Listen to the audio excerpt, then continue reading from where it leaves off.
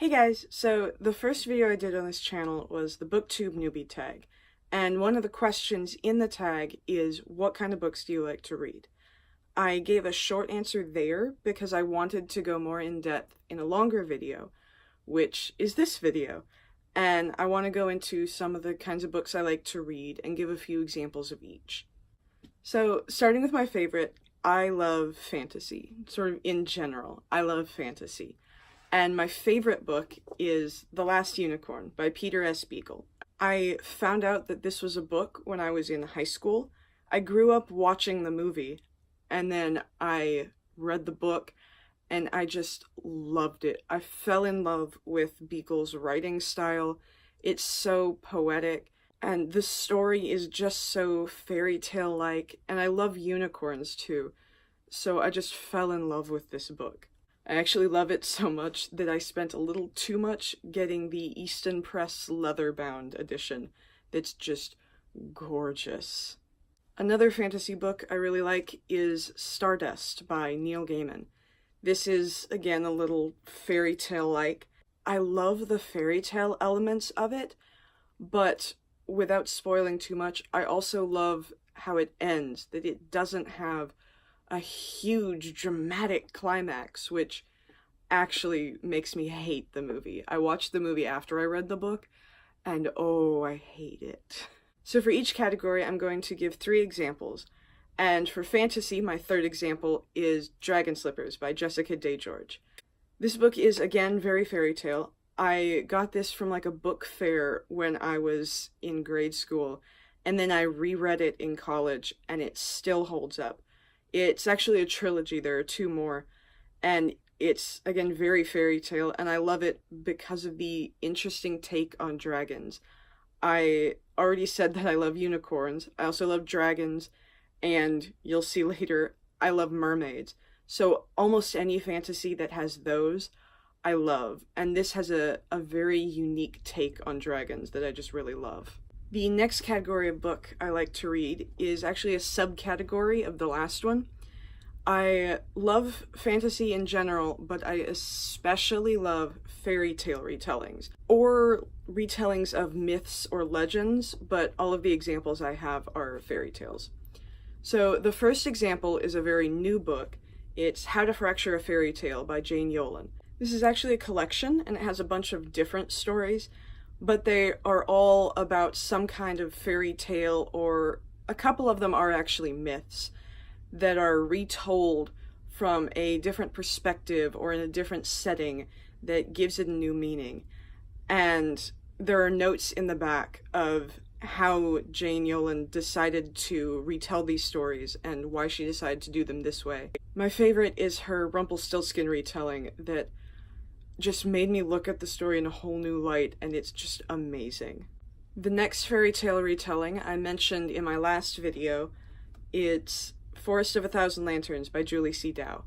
This is a retelling of Snow White from the Evil Queen's perspective, and also set in an East Asian fantasy world. It's a very interesting take on the story, because not only is it Snow White from a different perspective, it's also in a very unique setting. And because it's from the villain's perspective, and the villain is at best an anti-hero, it's a really interesting story to follow such a morally complicated, or morally bad, really, character.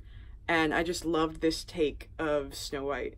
And my third fairy tale book is The Mermaid's Daughter by Anne Claycomb. It's a retelling of The Little Mermaid that, instead of most retellings where the original story doesn't exist, it's just the story happening to some person for some reason, somewhere. In this story, the Hans Christian Andersen story does exist, but it's real. And actually, he wrote it wrong. And the main character, Kathleen, has to figure out what happened and why all this is happening to her. And the main character, Kathleen, is a descendant of that original mermaid, and it's her trying to figure out how to deal with the aftermath of that story and what actually happened.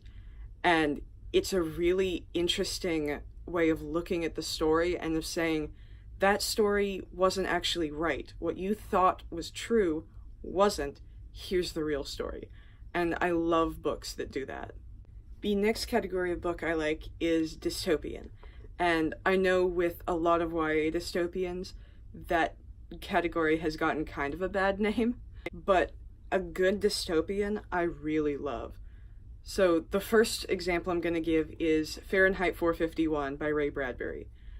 This is a really well-known one. I don't think I have to explain it. I read this about a year ago, and like pretty much everyone, for a long, long time, I knew it was about books are illegal, burning books, stuff like that, but I had never actually read it, and the world it sets up and the exploration of books and stories is really interesting. The second dystopian I'm going to mention that is also really popular is The Handmaid's Tale by Margaret Atwood. I read this book, I think, alongside Fahrenheit 451, and it's really, really interesting. This is kind of a spoiler, so if you don't want to hear any spoilers, skip ahead like 10 seconds. But I love that in the end, we don't know what happens. It just ends. And I love stories like that that are ambiguous. I love the way this book is written, and I love exploring the world, the horrible, messed up world it sets up, and how characters have to deal with it. And the third dystopian book I'm going to mention is Scythe by Neal Shusterman. Again, this is a pretty popular book, but this is a young adult, whereas the other two were adult. With Scythe, I love that it's set up like it is a utopia. And when I was reading it, for the longest time, I couldn't figure out what was wrong, what was going to be wrong. Everything seemed perfect, but then things do start to happen. And it was really interesting to see bad things in a world that is full of so much good, or at least absent of so much bad. And I really loved the exploration and what Shusterman did with that world. The last category of books I'm going to mention is actually books that are set in the real world, but that deal with some really, really heavy themes. I think I said this in the BookTube newbie tag, that I don't usually like books set in the real world, but if they deal with really heavy things, then I really love exploring that. So the first book I'm going to mention is The Boy in the Striped Pajamas by John Boyne.